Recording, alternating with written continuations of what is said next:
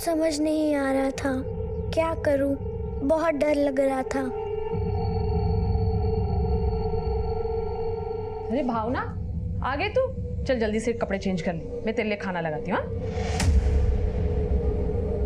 Mummy को बोलती तो कैसे बोलती, कुछ अच्छा नहीं लग रहा था।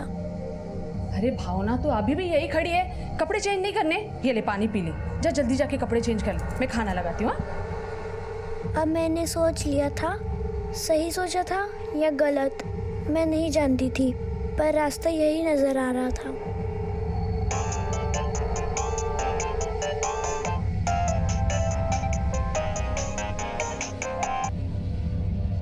अरे भावना, किसे फोन लगा रही थी? अरे भावना सुन तो सही।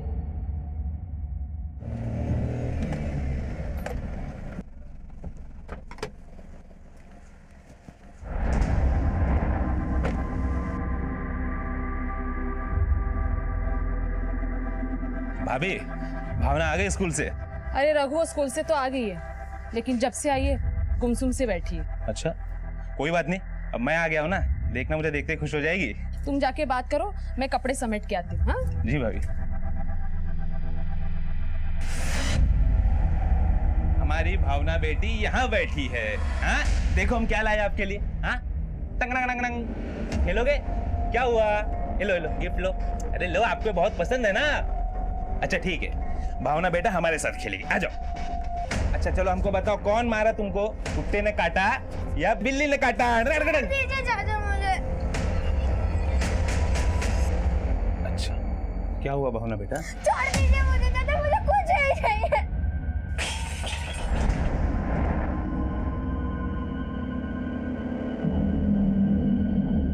क्या हुआ रघु?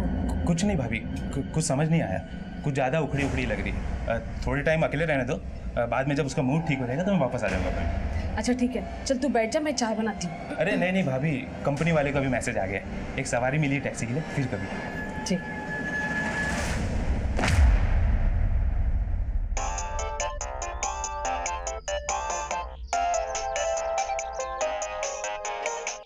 बीना, तुम्हें मालूम है ना कि हम ड्यूटी पर फोन नहीं उठा सकते।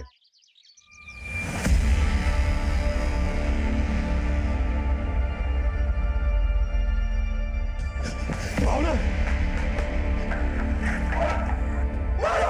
क्या हो मेरी भावना को? सॉरी, बच्ची अब नहीं रही। इसने फिनाइल पी है और ये पुलिस केस है। मेरी बच्ची,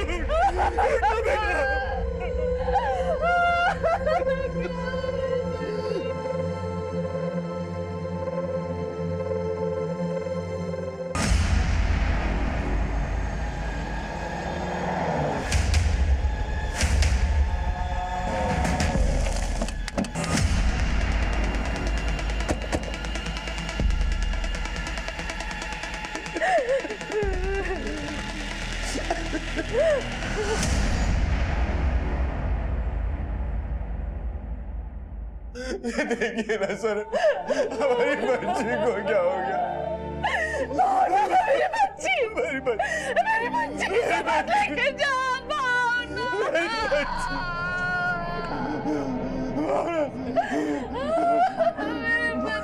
मुझे वापस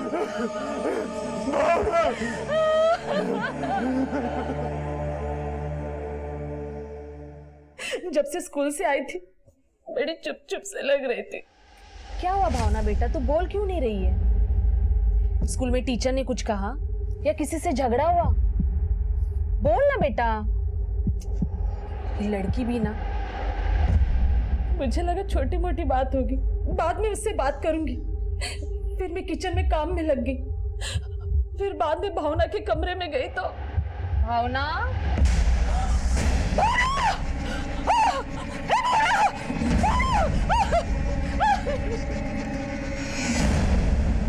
पड़ोसी आए, उन्होंने पास के डॉक्टर को बुला। तब तक मेरी भावना। भैया भैया, ये सब क्या हो गया भैया? देखना हमारी भावना, सब क्या हो गया? ये कौन? छोटा भाई ये सब मेरा ही। वर्मा, भावना के पेरेंट्स को लग रहा है कि भावना के साथ जो कुछ भी हुआ है स्कूल में हुआ, जिसकी वजह से भावना ने आत्महत्या कर ली। स्कूल के साथ साथ भावना के पड़ोसियों से भी पूछताछ करो, शायद वजह कुछ और ही है। Okay sir.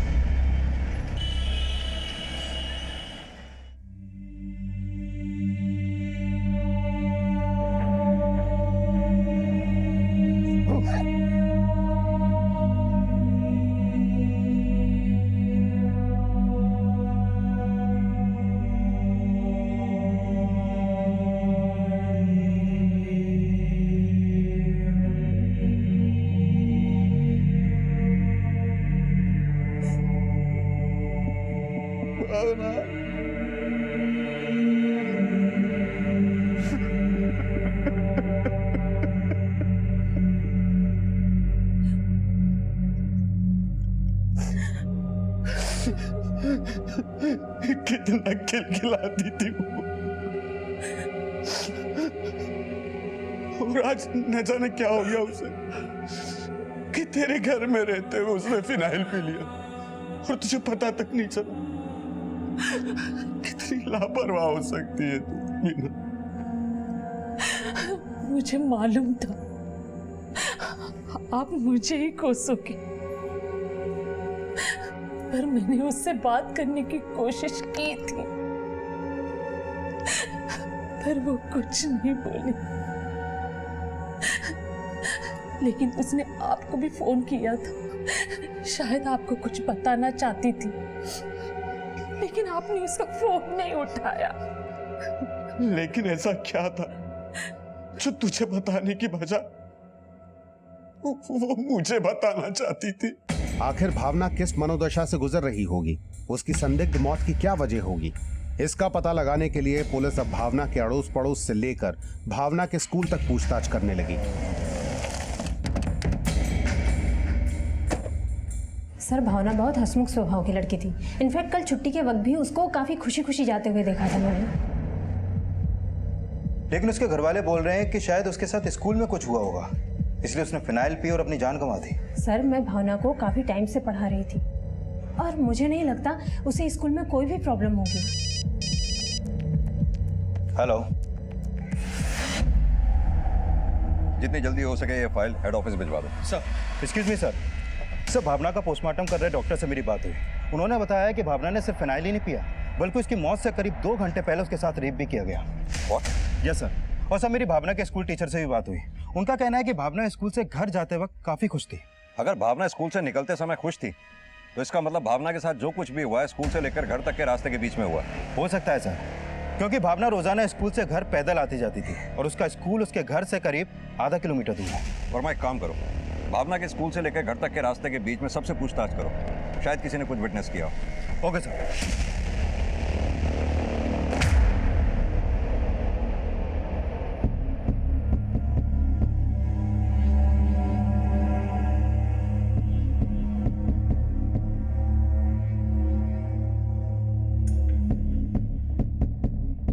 क्या भावना के साथ रेप? जी।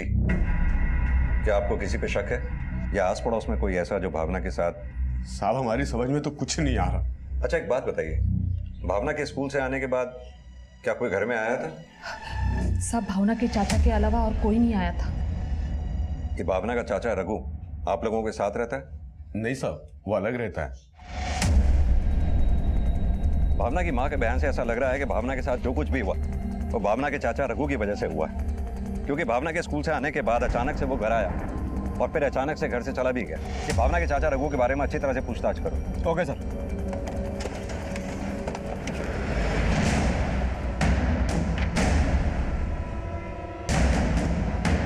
भावना का चाचा रोज ड्यूटी छोड़कर दिन में यहाँ जाता था साहब। अभी पकड़ता हूँ, रुको। पकड़ लिया। पकड़ाइए नहीं, पकड़ोगे नहीं। कहने को तो चाचा है, बच्ची सियानी हो गई थी और वो खेल खेल के बहाने उसको यहाँ वहाँ छूता रहता था साहब।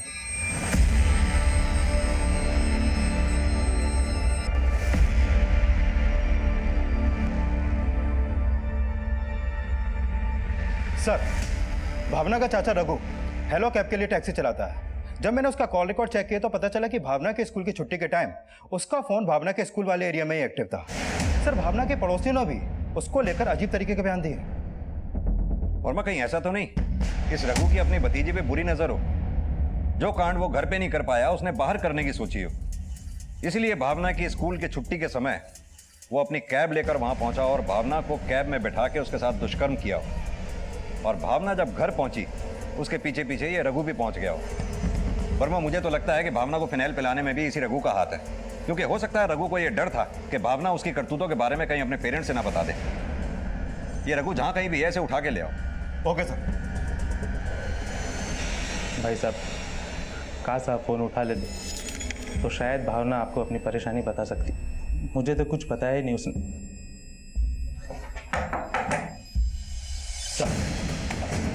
सर क्या हुआ? मेरे भाई को क्यों ले जा रहे हो? अरे साहब क्या हुआ?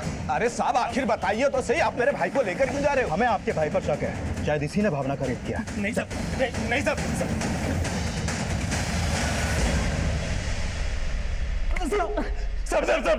सब भतीजी थी भावना मेरी।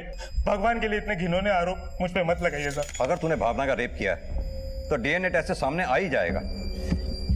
झूठ बोलकर खुद को बचाने की कोशिश मत कर, जो किया है साफ साफ बता दे। साहब मैंने कुछ भी नहीं किया। जब उस दिन मैं भाई के घर गया तो मैं तो खुद हैरान था कि भावना इतनी उदास क्यों थी साहब।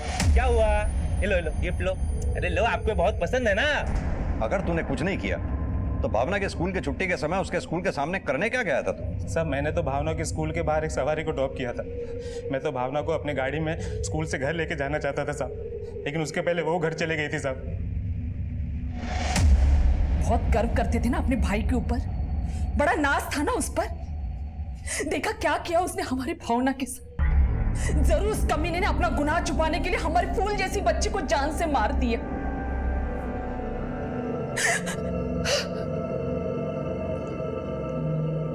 मेरी फूल जैसी बच्ची को मार दिया।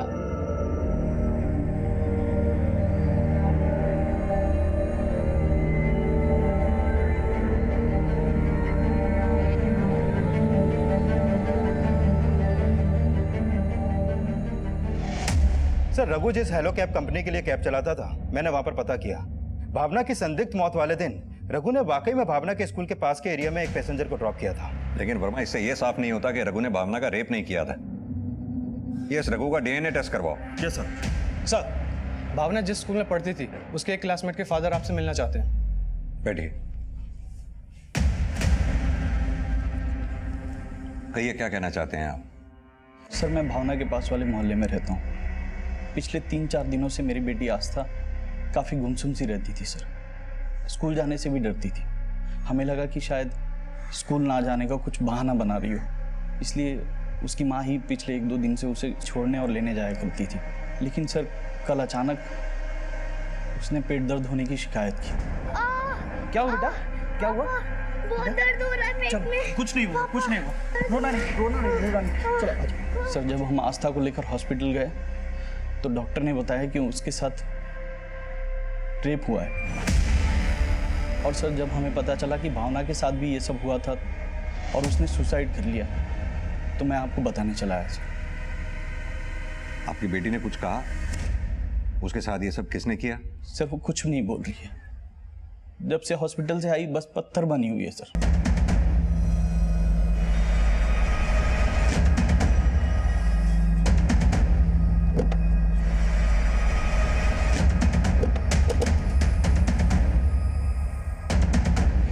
आस्था खा ले बेटा, एक निवाला तो खा ले। आस्था बेटा जब आपके साथ वो सब हुआ तब क्या आपकी फ्रेंड भावना भी आपके साथ थी? कौन था वो?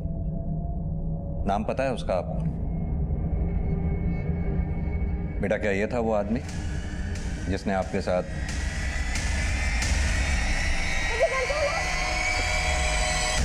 प्लीज मुझे जाने दो, मुझे छोड़ दो।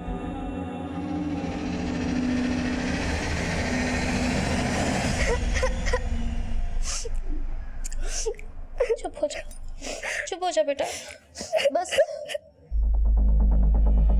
ये बच्ची आस्था अभी भी कुछ कहने की हालत में नहीं है। वर्मा हो ना हो, इन दोनों बच्चियों के साथ जो कुछ भी हुआ वो स्कूल से घर तक के रास्ते के बीच में ही हुआ है। आस्था के फादर का भी कहना है कि पिछले 4 दिनों से आस्था गुमसुम सी लग रही थी। उधर भावना की मौत भी 3 दिन पहले ही हुई। कहीं ऐसा तो नहीं इन दोनों बच्चियों के साथ दुष्कर्म एक साथ एक ही दिन में हुआ, या फिर दोनों के साथ दुष्कर्म करने वाला कोई एक ही है, या फिर दोनों को पहले से मोलेस्ट किया जाता रहा। दोनों क्लासमेट भी थी। सर हो सकता है कि वो रघु ही हो। हाँ हो सकता है, लेकिन भावना तो अब रही नहीं, और इन दोनों बच्चियों के साथ जो कुछ भी हुआ है वो सिर्फ आस्था ही बता सकती है। वर्मा, मुझे लगता है आस्था से बात करने के लिए हमें काउंसलर की मदद लेनी चाहिए। आस्था की हालत बता रही थी कि जिस वहशीपन से वो गुजरी थी उसी तकलीफ से भावना भी गुजरी होगी। ऐसा माना जा रहा था कि दोनों के रेप में एक ही आदमी का हाथ था, लेकिन वो रघु था या नहीं ये उसकी डीएनए रिपोर्ट पर निर्भर था। पर इस घटना ने लोगों को इतने सख्ते में डाल दिया था कि दोहरे रेप का मामला अब अखबारों की सुर्खियां बन गया था।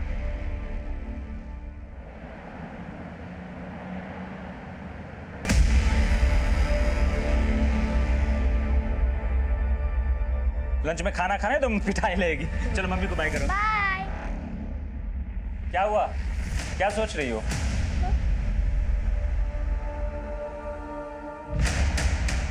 मैं फाल्गुनी को स्कूल छोड़कर आती हूँ। अरे ले। हाँ।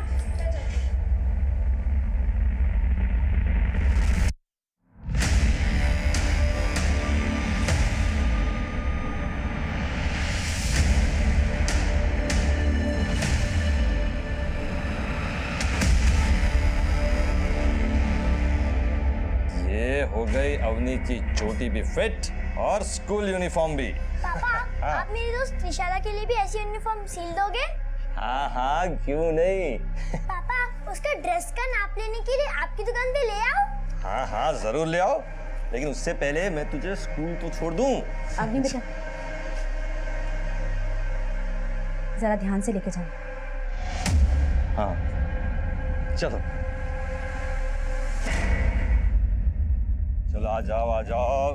हाँ अब सुनो, शाम को मैं लेने आऊंगा, मस्ती बिल्कुल मत करना, समझे? हाँ। Bye bye. बाय अम्मी। Hi Trishala. Bye bye. Trishala, मेरी यूनिफॉर्म पापा ने सिली है।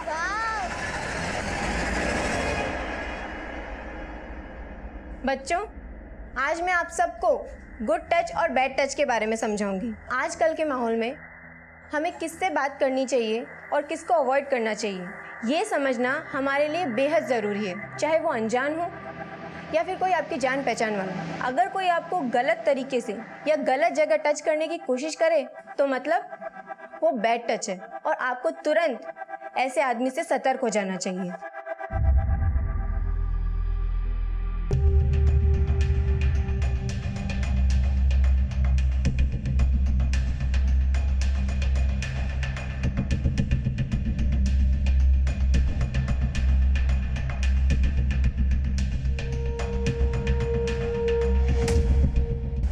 सर, आस्था उस हादसे के ट्रॉमा से अब तक बाहर नहीं आ पाई है। उससे फिलहाल हमें जो भी जानकारी मिली है उससे हमें बस इतना ही पता चला है कि जिस किसी ने भी उसका रेप किया है उसने रेड कलर की जैकेट और ब्लू कलर की जीन्स पहनी हुई थी।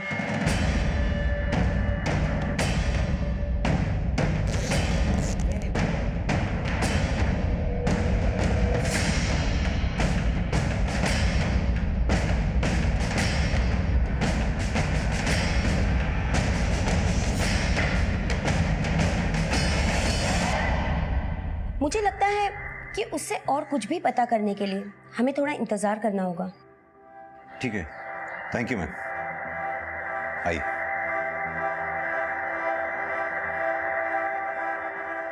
सर, डीएनए एग्जामिन करने वाले डॉक्टर का कॉल आया था। भावना की बॉडी पे जो डीएनए सैंपल्स मिले थे वो रघु के डीएनए से मैच नहीं करते हैं। यानी कि भावना और आस्था का रेप करने वाला कोई और ही है। वर्मा, आस्था ने कहा था कि जिस किसी ने भी उसके साथ दुष्कर्म किया था उसने लाल रंग की जैकेट और ब्लू कलर की जीन्स पहनी थी। क्यों ना सर हम उस एरिया के सीसीटीवी फुटेज दोबारा से चेक करें। हो सकता है कि वारदात के दिन वहां कोई ऐसा आदमी कैप्चर हुआ हो जिसने रेड जैकेट और ब्लू जीन्स पहन रखी हो।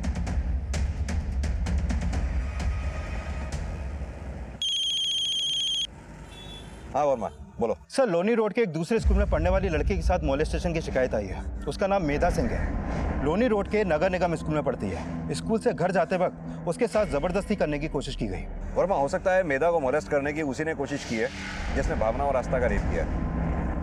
ये मेधा रहती कहाँ पर है?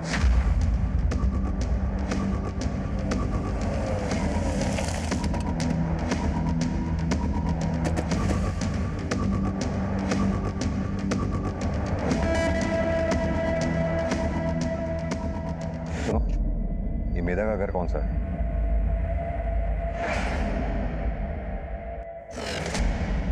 मेरा बेटा, डरो नहीं। आप तो बहुत बहादुर बच्ची हो ना बेटा। जब आप स्कूल से घर आ रही थी तो क्या हुआ था आपके साथ? बोलो बेटा। अंकल, मैं और मेरी फ्रेंड स्कूल से घर आ रहे थे, लेकिन मेरी फ्रेंड गली नंबर 17 में रहती है और मेरा गली नंबर 25 में। जब मैं अकेले घर आ रही थी तब वो अंकल मेरे पास आए। हेलो बेटा, कैसी हैं आप? अच्छी हूँ, आप कौन? मैं आपके पापा का दोस्त हूँ।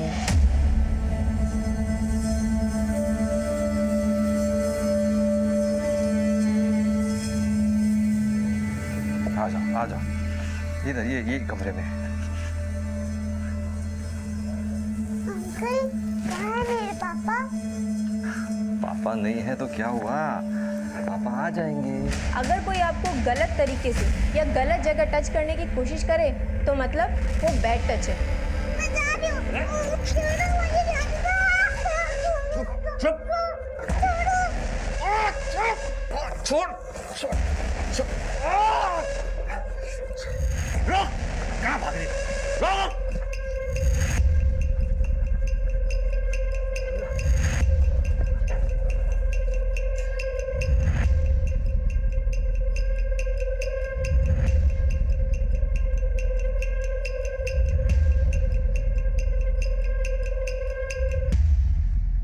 अंकल, फिर मैंने घर आके पापा को सब कुछ बता दिया। फिर पापा ने बोला कि वो उनके दोस्त नहीं, कोई बुरा आदमी है। अच्छा बेटा, वो देखने में कैसा था? अच्छा, उसने क्या पहना था? रेड जैकेट और ब्लू जीन्स। रेड जैकेट और ब्लू जीन्स। जिस किसी ने भी उसका रेप किया है उसने रेड कलर की जैकेट और ब्लू कलर की जीन्स पहनी हुई थी।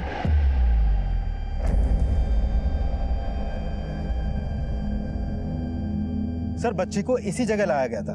हमने यहाँ आसपास में उसके बारे में पता लगाने की कोशिश की लेकिन कुछ भी पता नहीं चला। चलो सर, बच्ची को इसी जगह मोलेस्ट करने की कोशिश की गई थी। वर्मा, उस लाल जैकेट और नीली जीन्स वाले का भावना और आस्था के घर के आसपास भी कुछ पता नहीं चला। लेकिन इस एरिया के आसपास जितने भी सीसीटीवी हैं सबकी फुटेज कंगाल डालो। हो सकता है शायद वो यहाँ कहीं कैप्चर हुआ हो। एरिया के जितने भी हिस्ट्री शीटर हैं सबको उठाओ, मेधा से उनकी पहचान करवाओ।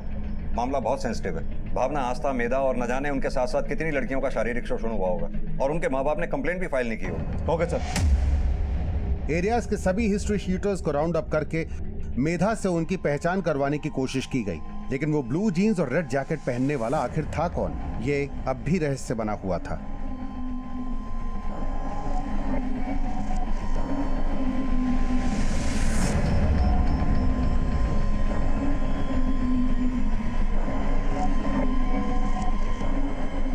सर, जिस दिन मेधा को मॉलेस्ट किया था उस दिन ये रेड जैकेट और ब्लू जीन्स पहना हुआ आदमी शादरा के एक सीसीटीवी में कैप्चर हुआ था, लेकिन इस फुटेज में इसका चेहरा क्लियर नहीं दिख रहा सर। वर्मा, इसकी फोटो भावना, आस्था और मेधा तीनों के पेरेंट्स को दिखाओ, शायद उनसे इसके बारे में कोई लीड मिले। इसकी फोटो सभी थानों में सर्कुलेट करवा दो। Okay sir.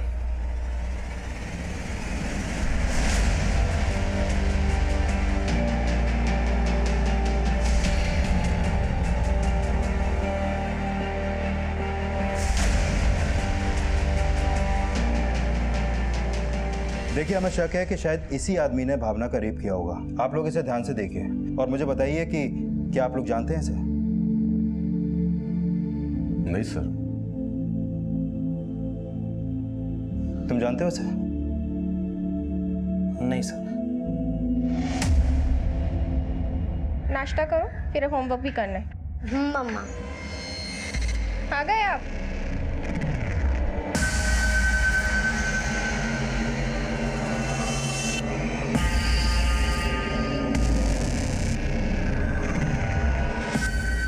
इतना परेशान क्यों लग रहे हो?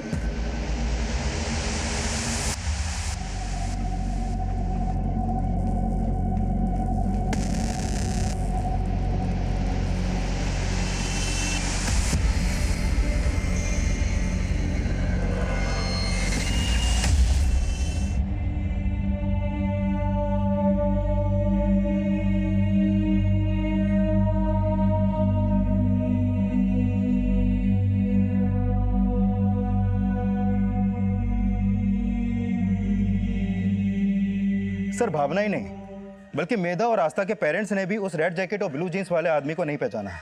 लेकिन सर मैंने दिल्ली के पिछले 1 साल के मोलेस्टेशन से जुड़े केसेस के बारे में पता किया। सर दिल्ली में स्कूल जाने वाली करीब 60 लड़कियों के साथ रेप और मोलेस्टेशन के केस फाइल हुए, जिनमें उनको तभी शिकार बनाया गया जब वो स्कूल से घर जा रही थी। 60 केसेस?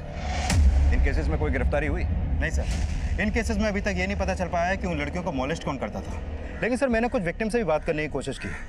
उनमें से कई बच्चियों ने बताया कि उनका मोलेस्ट और रेप करने वाला भी रेड जैकेट और ब्लू जीन्स में ही होता था। सर मुझे तो लगता है कि ये कोई साइको ही है जिसका मोडस ऑपरेंडी भी सेम है, क्योंकि कई बच्चियों से बात करने में पता चला कि वो बच्चियों को गिफ्ट देकर उनको ये कहकर बहलाता है कि वो उनके पापा का दोस्त है। हैरानी की बात तो यह है कि पिछले 1 साल से एक ही आदमी रेड जैकेट ब्लू जीन्स पहन के दिल्ली के आसपास अलग अलग एरियाज में छोटी छोटी बच्चियों को अपना शिकार बना रहा है और अभी तक उसकी पहचान नहीं हो पाई है। सर हमने एरिया के सभी हिस्ट्री शीटर्स को राउंड अप करके मेधा से उनकी पहचान कराने की कोशिश की, लेकिन मेधा ने किसी को भी आइडेंटिफाई नहीं किया। और भाई ये भी तो हो सकता है कि ये मोलेस्टर दिल्ली का रहने वाला ही ना हो।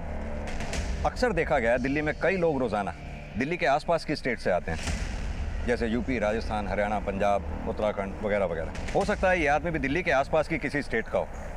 वर्मा अपनी जांच का दायरा बढ़ाओ। दिल्ली के आसपास के एरियाज में जितने भी रेप्स और मोलेस्टेशन के केसेस हुए हैं उनमें जितने भी संदिग्ध लोग हैं, हिस्ट्री शीटर्स हैं, सबकी लिस्ट बनाओ। हो सकता है इस मोलेस्टर का वहाँ से कोई क्लू मिले। और हाँ, एक प्रेस रिलीज जारी करो, लोगों को इस मोलेस्टर से सावधान रहने को कहो। हमें किसी भी हाल में उन दूसरी बच्चियों को इस मोलेस्टर का शिकार होने से बचाना है। Okay sir.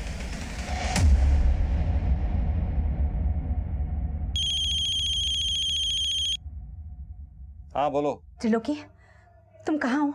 अरे दुकान में हूँ, काम कर रहा हूँ। बोलो। क्या?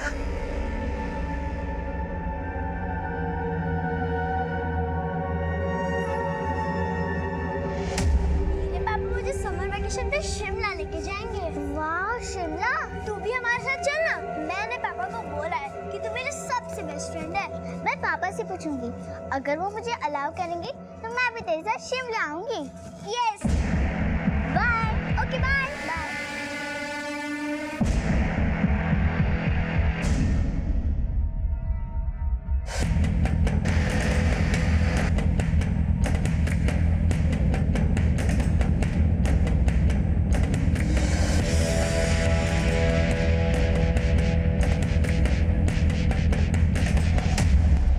सर मैंने यूपी, राजस्थान, दिल्ली, हरियाणा, पंजाब और उत्तराखंड के 27 ऐसे लोगों की लिस्ट बनाई जो रेप और मोलेस्टेशन के केस में अंदर हुए थे, और कुछ सस्पेक्ट जो अभी तक पकड़े नहीं गए। सर इनमें से कुछ ही के फोटोज हमें मिले हैं, लेकिन सर इनमें से मैंने 3 के फोटो उस रेड जैकेट और ब्लू जीन्स वाले आदमी के साथ मैच किए। सर इन तीनों का कदकाठी हूबहू इस आदमी से मैच करता है। सर यह है संतोष कालरा। 4 साल पहले मोलेस्टेशन के चार्ज में हरियाणा पुलिस ने इसे अरेस्ट किया था, अभी 8 महीने पहले ही रिहा हुआ है। यह है मनिंदर लोधी, राजस्थान में 4 लड़कियों के रेप के केस में सस्पेक्ट है, लेकिन अभी तक पकड़ा नहीं गया। और यह है अजय, यह भी हरियाणा में मोलेस्टेशन के केस में अंदर हुआ था। 1 साल पहले पैरोल पे रिहा हुआ, लेकिन पैरोल जम करके फरार हो गया और तब से फरार है। यानी कि अजय और मनिंदर ये दोनों फरार हैं और ये संतोष 8 साल की सजा काट के रिहा हो चुका है। वर्मा अपने सोर्सेज को एक्टिवेट करो, इन दोनों के बारे में पता लगवाओ। ये कहाँ रह रहा है आजकल? सर जेल से जो रिकॉर्ड मिले हैं उसके हिसाब से ये अभी फरीदाबाद में है। उठा लाओ उसे फरीदाबाद से और मेधा और आस्था से इसको आइडेंटिफाई करवाओ। हो सकता है इसी ने भावना और आस्था का रेप और मेधा को मोलेस्ट करने की कोशिश की हो। Okay sir.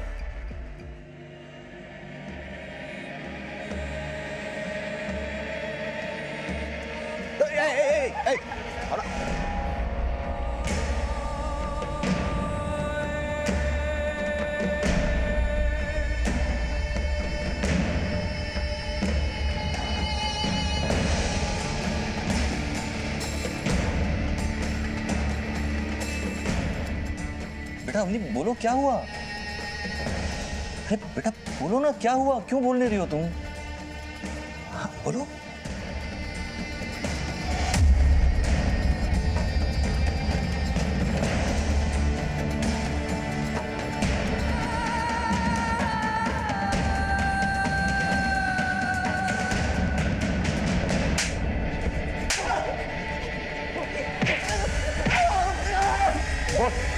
तूने किया ना सब? मैंने नहीं किया माँ कसम, मैंने नहीं किया।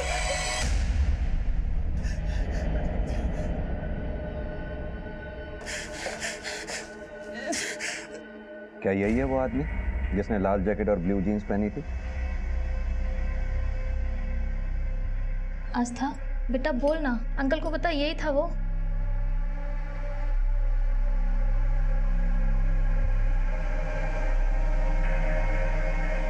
ये बेटा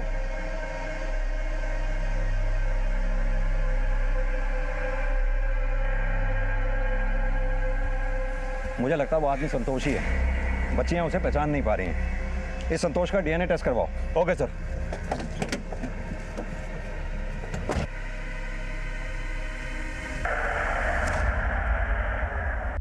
साहब मैं जब से बाहर आया हूँ मैंने कोई गलत काम नहीं किया साहब, माँ कसम। तूने कुछ किया है या नहीं किया है तेरे डीएनए टेस्ट से पता चल ही जाएगा। मुझे लगता है आप लोगों को मेरे बारे में कोई गलतफहमी हो गई है। वो लाल जैकेट और नीली जीन्स वाला आदमी मैं नहीं हूँ सर, माँ कसम मैं नहीं हूँ। लेकिन हाँ सर, वो अजय हो सकता है। अजय कौन? अजय कुशवाहा? हाँ जी सर, वही। हम दोनों जेल में एक साथ सजा काट रहे थे। मेरी सजा पूरी हो गई तो मुझे रिहा कर दिया, लेकिन वो पैरोल जंप करके भाग गया सर। कतई काया आदमी है सर वो, और बच्चियों में तो उसको बहुत ज़्यादा इंटरेस्ट था सर। मुझे लगता है कि वही आदमी है जिसे आप ढूंढ रहे हो। कहाँ मिलेगा ये अजय? बिजवासन में डेरा जमाए बैठा है। बिजवासन में कहाँ?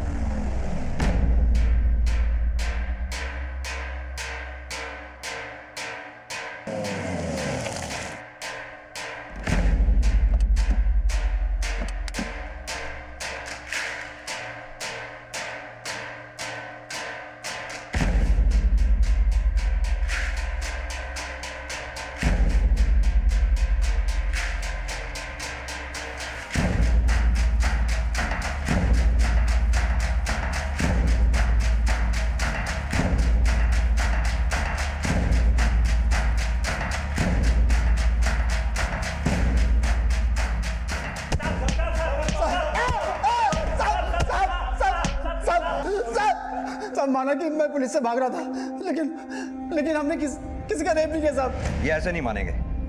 इन सब का डीएनए टेस्ट करवाओ। ये मनिंदर शायद रुड़की में हो सकता है। अपने आदमियों से इसकी जल्दी जल्दी खबर निकलवाओ। इस पे उनके दस्तखत दे लेना। सर, रुड़की पुलिस से एक इन्फॉर्मेशन मिली है। 3 दिन पहले वहाँ एक स्कूल जाने वाली तृष्णा नाम की बच्ची के साथ रेप हुआ था, और जिस आदमी ने रेप किया उसने भी रेड जैकेट और ब्लू जीन्स पहनी हुई थी। वर्मा, रुड़की चलने की तैयारी करो, अब ये वहीं हाथ आएगा। सर,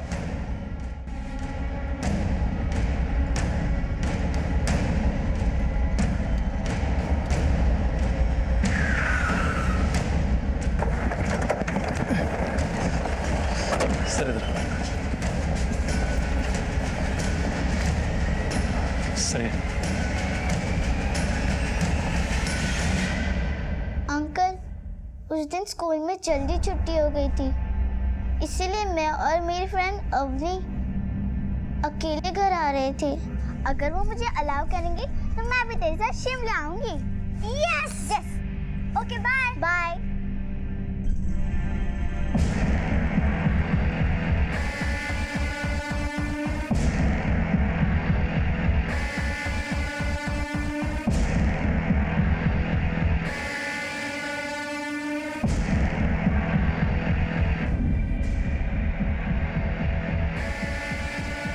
अंकल, वो बहुत बुरा था।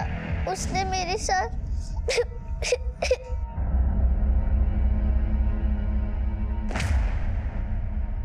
सर, इस बच्ची त्रिशाला के साथ ही नहीं, इसके दोस्त अवनी के साथ में भी रेप हुआ था। क्या? हाँ सर, त्रिशाला के रेप केस का जब हमें पता लगा था तो उसी के साथ हमें अवनी के केस के बारे में पता लगा। सर, मुझसे पूछताछ करने के लिए उसके घर भी गए थे, लेकिन उसकी फैमिली ने केस फाइल करने से मना कर दिया था। साहब, हमें कोई केस नहीं करना है, हमारी बेटी की इज्जत का सवाल है। आप लोग प्लीज चले जाइए। देखिए, आप हमारा विश्वास कीजिए, हम आपकी बच्ची का नाम मीडिया में डिस्क्लोज नहीं करेंगे। उसका मेडिकल करवाना बहुत जरूरी है। हमें कोई मेडिकल नहीं करवाना है।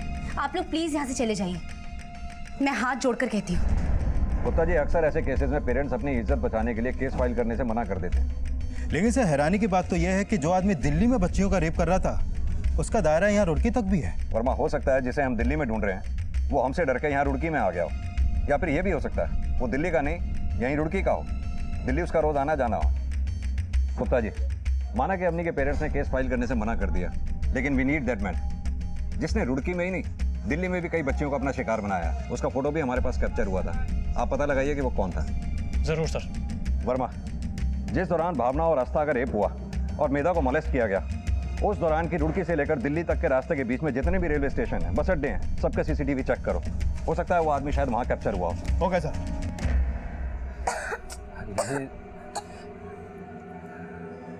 सुषमा, खांसी के साथ साथ बुखार भी हो गया इसे। दिन ब दिन तबीयत बिगड़ती जा रही है इसकी। मुझे तो डर लग रहा है, इससे पहले भी टीबी हो चुकी है, कहीं फिर से। ऐसा मत कहिए। नमस्ते भाई साहब। नमस्ते। नमस्ते भाई साहब। भाभी नमस्ते। क्या हो गया बच्चा, बीमार हो गया? कोई बात नहीं, जल्दी ठीक हो जाएगा, है ना? भाई साहब हुआ क्या है? कुछ समझ में नहीं आ रहा प्रमोद जी। देखिए ना, अवनी की तबीयत दिन ब दिन और बिगड़ती जा रही है। मुझे तो लग रहा है इसे दिल्ली के अस्पताल लेकर जाना पड़ेगा।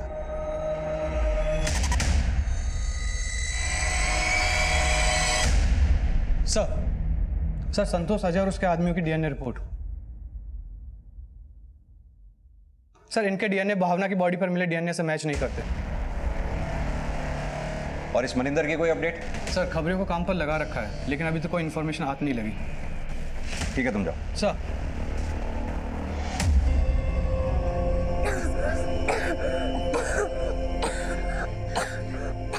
मेरी बच्ची सुषमा, इसकी तबीयत बिगड़ती जा रही है। इसे दिल्ली के अस्पताल ले जाना ही पड़ेगा।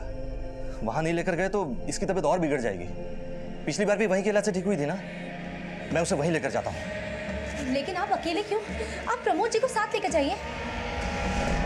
प्रमोद जी को लेकर जाने की जरूरत नहीं। अभी निकल जाऊंगा तो टाइम पे पहुंच जाऊंगा। मेरी बात तो सुनिए आप। आजा आजा आजा आजा बेटा आजा। हम दिल्ली जाएंगे, दिल्ली के अस्पताल में सब ठीक हो जाएगा। हाँ, चिंता मत कर।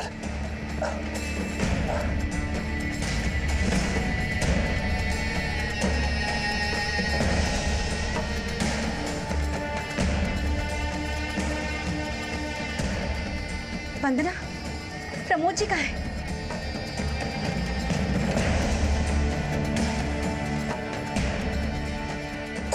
डॉक्टर साहब कैसी है ये?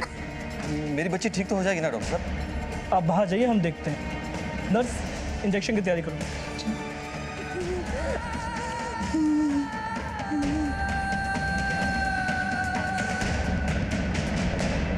सर 7 मार्च को जिस दिन भावना का रेप हुआ था, उस दिन उस रेड जैकेट और ब्लू जींस वाले आदमी को निजामुद्दीन स्टेशन के पास वाले मार्केट में देखा गया था।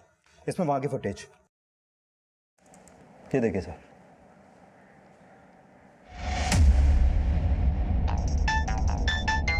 Excuse me sir. हेलो।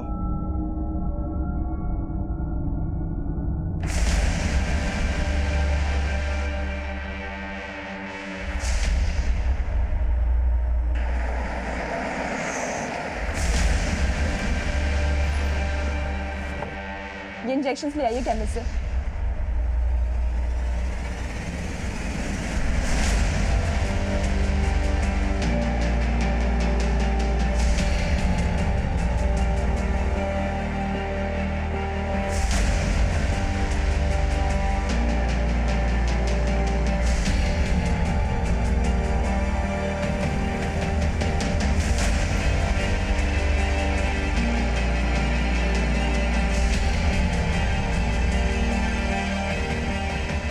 आप बता क्यों नहीं रहे कहाँ है वो? सर वो हॉस्पिटल में है।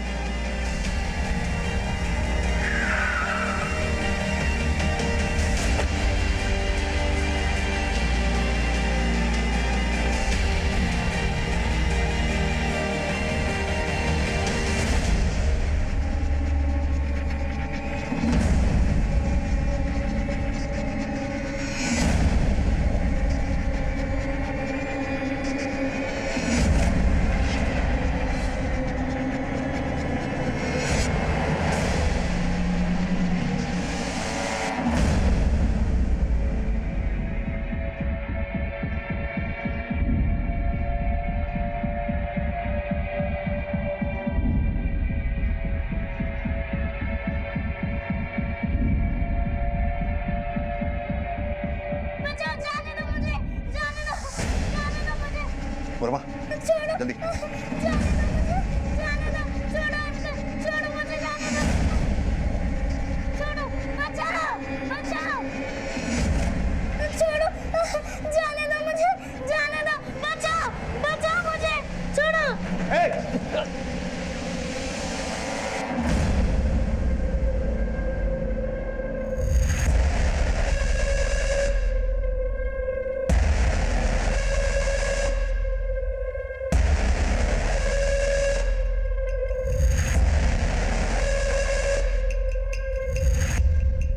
बच्चियां पसंद है ना तुझे?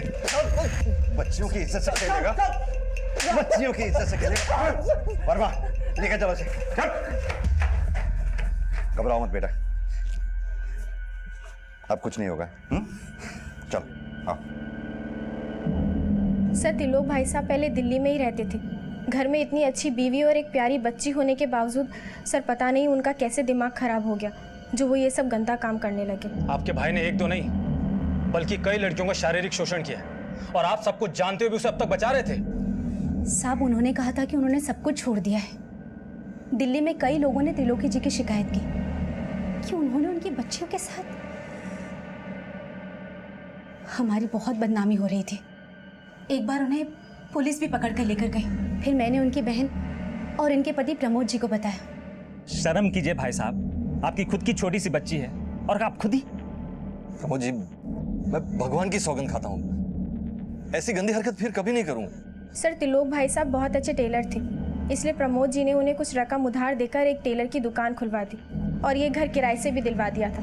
हमें लगा कि वो सुधर गए हैं, लेकिन सर जब हमने अखबार में 2 बच्चियों के रेप की खबर पढ़ी तो हमें शक होने लगा।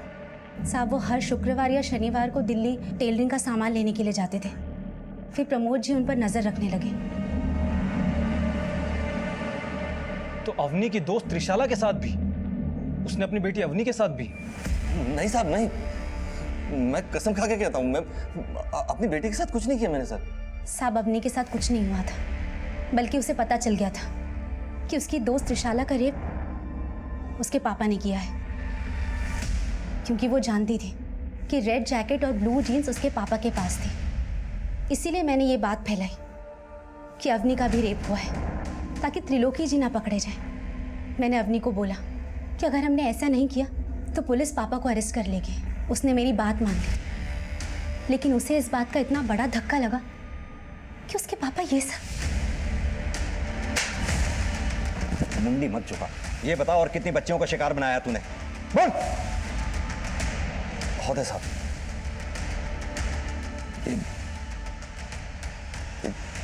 चाइल्ड पॉर्न देख देख के बुद्धि खराब हो गई थी साहब मेरी। मैंने सब छोड़ दिया था साहब, सब छोड़ के रुड़की आ गया था मैं। फिर एक दिन रेड जैकेट और ब्लू जीन्स पहन के दिल्ली गया था काम से।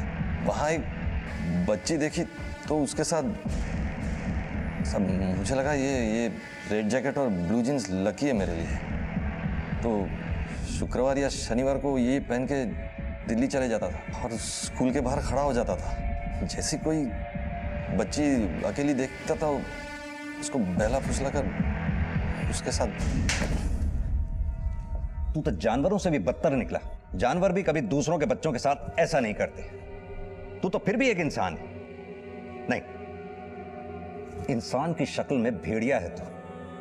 सड़प जिंदगी भर यहीं।